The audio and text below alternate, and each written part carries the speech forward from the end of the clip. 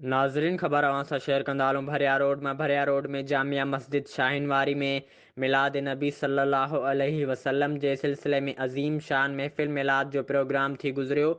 ڀرياروڊ ऐं भरपासे जे सभई माण्हुनि शिरकत कई, जंहिंमें सिंध जे नाले वारी नात ख़्वान सैयद वक़ार हुसैन शाह बुख़ारी फ़क़ीर महमूद सुमरो ऐं ॿिनि नात रसूल सल्लल्लाहु अलैहि वसल्लम पेश कया। उन मौक़े ते दावत इस्लामी जे डिवीज़नल निगरान इरशाद अतारी ऐं ॿिनि अॻवान ख़िताब कंदे अॻवाननि चयो त दुनिया में अमन सिर्फ़ नबी करीम सल्लल्लाहु अलैहि वसल्लम जी सीरत ऐं सहाबा कराम जे मोहब्बत सां आहे। असांखे घुर्जे त पंहिंजे प्यारे नबी करीम सल्लल्लाहु अलैहि वसल्लम जी सीरत ते हली संदन पैरवी कयूं, जंहिंसां असांजी दुनिया ऐं आख़िरत संवारजी वञे। आख़िर में पाकिस्तान जी सलामती, ख़ुशहाली ऐं पाकिस्तान जी एटमी साइंसदान अब्दुल क़दीर ख़ान जी वफ़ात ते संदसि मग़फ़िरत लाइ दुआऊं पिणु घुरियूं वयूं।